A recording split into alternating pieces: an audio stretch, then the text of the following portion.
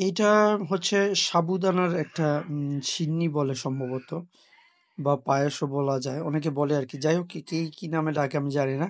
তবে এটা মাঝে, মাঝে হাসপাতালে গেলে রুগীরে দেয় দেখি। তো রুগীরে যখন দেয় তখন মাঝে, মাঝে মনে হয় একটু খাইয়ে দেখি কেমন লাগে। স্বাদটা কেমন? তো যাই হোক এটা আমার ভালোই লাগে। তো আজকে একটু টেস্ট করে দেখব এটা পিঠার সাথে দেখি কেমন লাগে। যথারীতি আমার পছন্দের পিঠা।